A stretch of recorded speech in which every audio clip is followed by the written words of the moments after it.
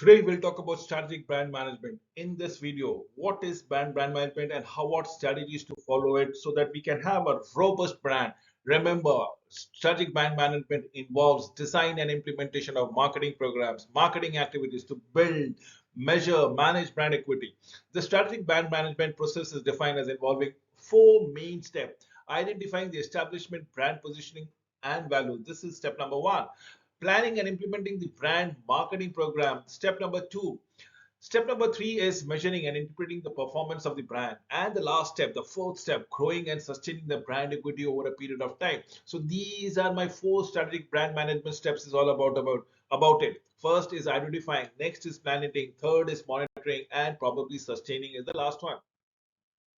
So let us understand the steps in segmenting or targeting or positioning. Select the customer to serve. What are you looking at? Look at the niche market. Are you looking at the mass market? So segmenting the total, divide the market into total smaller segment. And for each segment, can you create a value?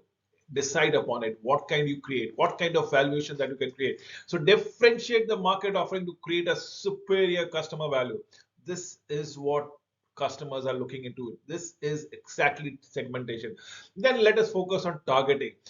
Now select a particular segment and target it with appropriate advertisement, with appropriate promotion, with appropriate pricing strategies thereby. Decide on the value proposition is all about your positioning. Position the market offering in the minds of the target customer that you have for sale. Now, definition of the key concept, market segmentation, defining the whole market into small groups with the distinct needs, with a distinct characteristic behavior who might require separate product and mixes. Still don't understand that? The example is somebody in the market for below 5 years old, the market for 5 to 10 years old, the market for 11 to 18 years old, market for 19 to 25 years old. You have separate things: the market for female as a gender, the market for transgender, the market for men's as a males as a gender. Look what we are looking at. We have so many orientations that comes around it. People for the mass market, the poor scale, the middle income level market, the upper income level market, the elite market. This is what market segmentation is all about. It market targeting, the process of evaluating each segment attractiveness, selecting one or more segments to enter. Differentiation, actually differentiating the market offering to create a superior customer value, enticing the customer and wowing him, delighting the customer, positioning, arranging for a product to occupy a clear, distinctive, desirable place relative to the competing products in the mind of the target market. This is important. So allow me to give what is the heart of marketing strategy. Philip Kotler says, the act of designing a company's offer and image so that it occupies the distinct and valued place in the target customer's mind. This is what we are looking at. The act of designing, remember, the offer and the image that it occupies in the distinct mind of the customer. The selling concept that motivates purchase or image that marketer desire a brand to have in the consumer minds. So determining a frame of reference, what are the ideal points of parity, points of differences, brand association vis-a-vis a competition? Marketers need to know who the target customer is, who the main competitor is, how the brand is similar to the other competitors, how the brand is different from the other competitors per se. Target market is a set of actual and potential buyers who have sufficient interest in income for and access to the product. That is what a target market would be all about. It market segmentation divides the market into distinctive groups of homogeneous consumer who have similar requirements, similar wants, similar behavior, and thus require similar marketing mixes. Market segmentation requires marking trade-off between cost and benefit thereof. So example, I have given something called a toothpaste market. So we have four more segments. One is the sensory, seeking flavor and product appearances. Sociable, seeking brightness of teeth. Third is warrior, seeking decay prevention. Fourth is independent, just seeking the price constraint. So we have sensory, sociable, warriors, and independent. Four main segment for the toothpaste market. Criteria for segmentation is identifiable. Can we identify the market, the segment? Once I've identified, now try to decide upon the size. Is the size adequate enough for your sales potential? Then comes the accessibility or specialization, distribution outlets and communication media available to reach the segments. Next would be responsiveness. How favorable will the segment respond to a tailored marketing program? Now we talk about nature of competition. You are doing fine, but is your competitors doing? How do you react with them? Deciding upon a target is a certain type of consumer often defines the nature of competition. Do not define competition too narrowly. Define competition broadly. Example, a luxury good with a strong hedonic benefit like a stereo equipment may compete as much with a vacation as on the other durable goods as furniture. So people might be having a good movie to see, a good restaurant to visit, but within the same span. So either the restaurant visit or the movie to be seen around here. So define those things. Should not be very narrow. Points of parity, or should I say points of differences? Points of parity, parity association is on the other hand are not necessarily unique to the brand, but may in fact be shared with other things. Or the other way around is point of differences. Point of differences are attributes to benefit the consumer, strongly associated with brand, positively evaluated and believe that they could find to some extent with a competitive brands. I just gave you an example of a fine dining restaurants versus a movie experiences. Completely point of differences. Point of parity probably can we go to the movie hall with some kind of snacks being served within the movie hall. Now that's the parity association where you can share it. So you are having best of at least one and somewhat of the others. That's the parity point that we got to go around it. Brand positioning guidelines. What are we looking? Two key issues in arriving the optimal competitive branding position. What are we defining and communicating the competitive frame of references? Choosing and establishing the point of parity, choosing and establishing the point of differences, how your brand, how your product, how your service is different than the other one, or can they work in tandem with one another? It's like your laptops, your mobile with a microprocessor. Microprocessors might be coming from a single vendors altogether. Define and communicating the competitive frame of reference. What is it? We are talking about brand positioning to determine the category membership. The preferred approach to position is to inform consumers of a brand membership before stating its point of differences in relationship to other category members. Choosing the point of parity and point of differences, POPs and PODs, desirability criteria, consumer perspective, personally relevant, distinctive, superior, believable, credible things is what desirable criteria is all about. It deliverable criteria, it's all about firm's perspective. Feasible, can the firm create point of differences?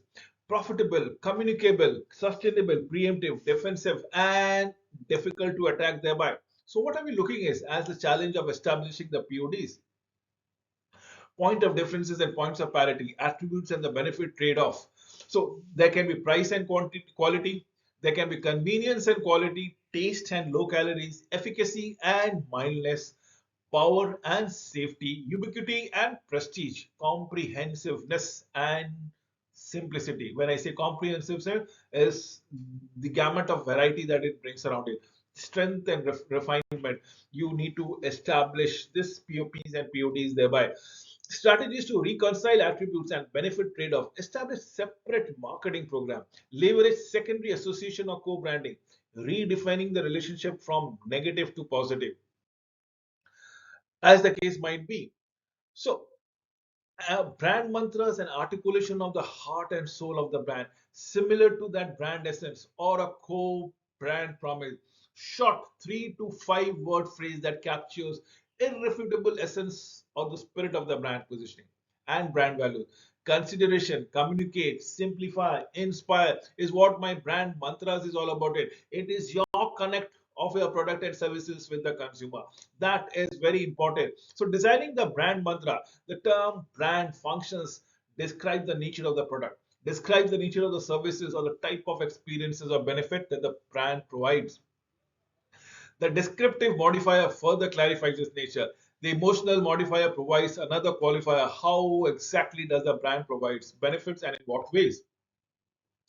Allow me to give you certain example. Let's say the Nike, the Disney, and McDonald's burger. Everybody has a brand mantra. Now, let me tell you about these Nike's emotional modifier, descriptive modifier, and a brand function. Nike is authentic, probably first and foremost thing. If you're thinking of sports, you should be utilizing Nike product. Descriptive modifying.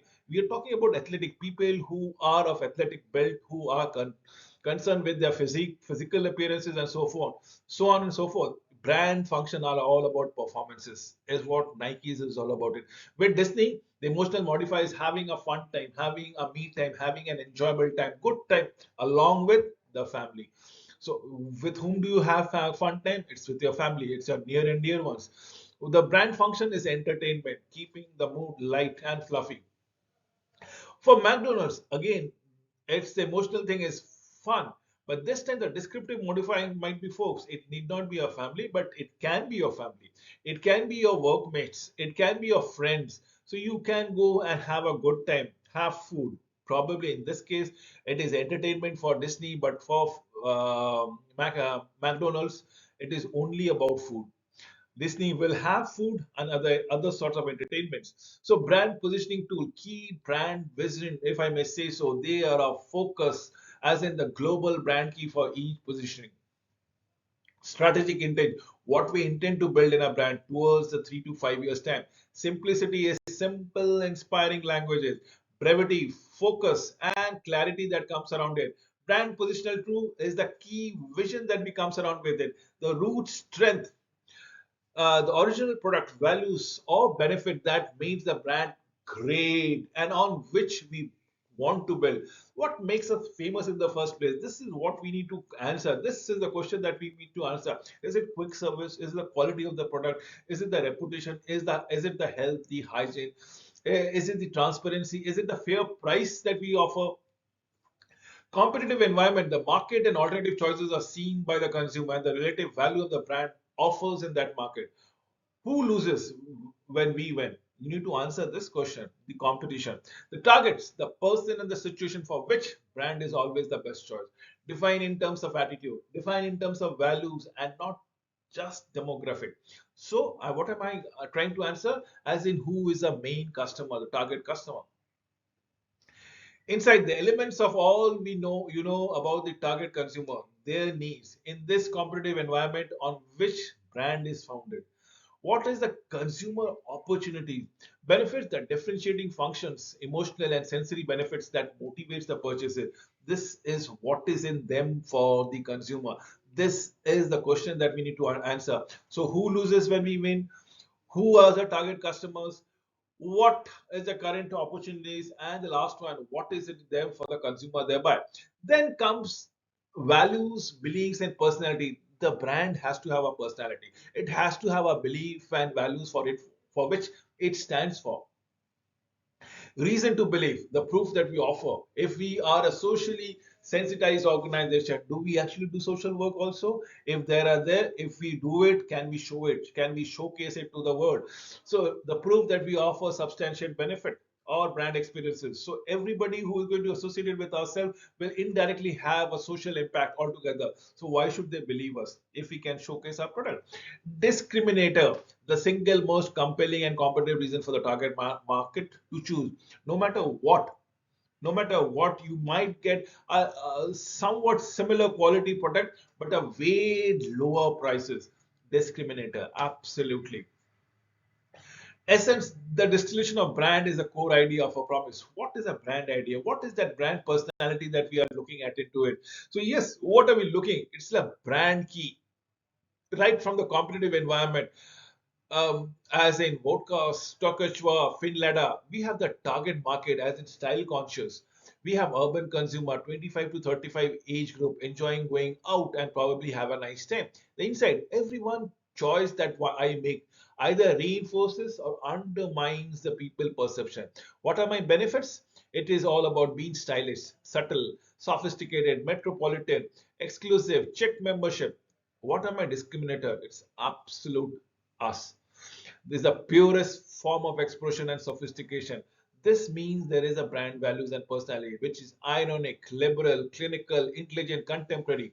Reasons to believe: winter wheat, import from Sweden, distilled 100 times low iron sand, and iconic of modern living is what we are talking about, vodka, and that is pure classes, as the essence is all about it. It's the absolute brand key that comes around here. So internal branding: members of an organization are properly aligned to the brand, what it represents. All your employees know what they are working from, how passionate it will be ingrained to them. It is very essential actually for a service company. Definitely desirable for a manufacturing companies. With these words, I come to an end of this presentation. Thank you for watching this video till the end.